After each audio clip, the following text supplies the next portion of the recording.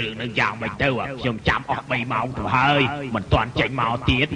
មែនហើយធម្មតាតែ2ម៉ោងគេចេញមកហើយណែយកទៅចាក់នៅធុងសម្រាមនោះទៅបាទអូមកហើយឆាប់ទៅដើមទៅអូនេះជារបស់ខ្ញុំទេเอาខ្ញុំមកអូយទីបំផុតខ្ញុំនឹងដើរបានគំនូទៅរបស់ທາງភូហូហើយเอาខ្ញុំកុំទៅដើមរបស់ខ្ញុំឲ្យមកខ្ញុំ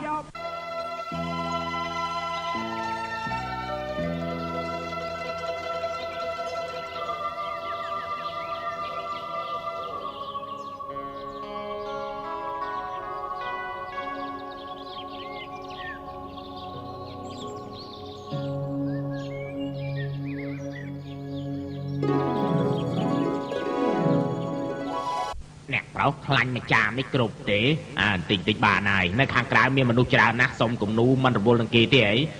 ទៅរើសសម្រាមឲ្យគេទៅថ្ងៃនេះយើងមិនគូទេបាទអ្នកប្រុសជុកអូយបងថាង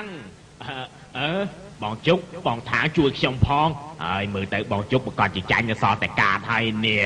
អើយព្រះបង្កើតខ្ញុំមកអ្នកដែលដឹងចិត្តខ្ញុំមានតែបងថាងទេហើយក្នុងចំណោមអ្នកមាននៅជាណានអ្នកសង្ហាជាងគេគឺបងជុកហើយមិនស្ដាយមាសមិនស្ដាយប្រាក់រកការសបាយច្រើនគេឈ្មោះបងជុកអ្នកណាមិនស្គាល់ទៅមិនថាអញ្ចឹងហ៎អើយសរសើរខ្ញុំពេកហើយប៉ុន្តែបើប្រៀបការល្មមរបស់បងថាងវិញខ្ញុំបាទមិនប្រៀបទៅនឹងបងទេប៉ុន្តែបងជុកតែប្រហែលថ្ងៃសោះចាញ់អស់រាប់រយដំឡឹងទៅហើយ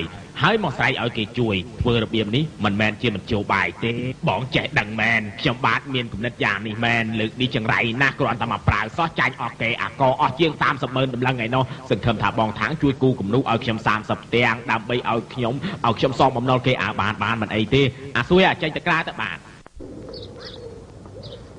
ជគួតឯស្មានតែកន្លែងនេះជាកន្លែងសង្គ្រោះចង់បានគំនូ30ផ្ទាំងឲ្យអត់ប្រយោជន៍ទេអើយកុំធ្វើយ៉ាងអីគឺខ្ញុំមិនល្អខ្ញុំអាក្រក់ឥឡូវខ្ញុំសារភាពថាកោហើយបងមិនយល់ដល់ខ្ញុំដែលធ្លាប់យកគំនូស្រាតឲ្យបងមើលក៏យល់ដល់ខ្ញុំដែលធ្លាប់ជួយលក់គំនូឲ្យបងដែរឥឡូវបងប្អូននៅខាងក្រៅថាបើគ្មានគំនូ30ផ្ទាំងទេគេនឹងយកក្បាលខ្ញុំហើយជួយខ្ញុំផងយកក្បាលឯង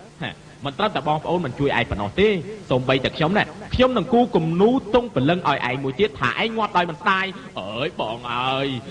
កុំដាច់ចិត្តមេត្តាពេកយ៉ាងច្រើនណាស់ខ្ញុំសូមស្បត់ទៅចុះថ្ងៃក្រោយបើខ្ញុំលេងល្បែងទៀតសូមឲ្យស្រីមុខអាក្រក់រំលោភខ្ញុំរហូតដល់ទុនកកទៅចុះប៉ុណ្ណឹងតើបងសុខចិត្តទេស្បត់ថោកញៀបយ៉ាងនេះក៏ស្បត់បានដែរឡខ្ញុំជួយគូឯងម្ដងទៀតចុះអ្នកយាមរៀបចំកន្លែងគូគំនូ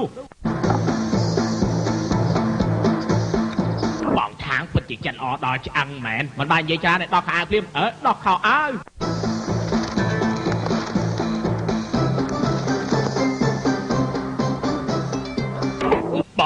បងចង់យ៉ាងម៉េច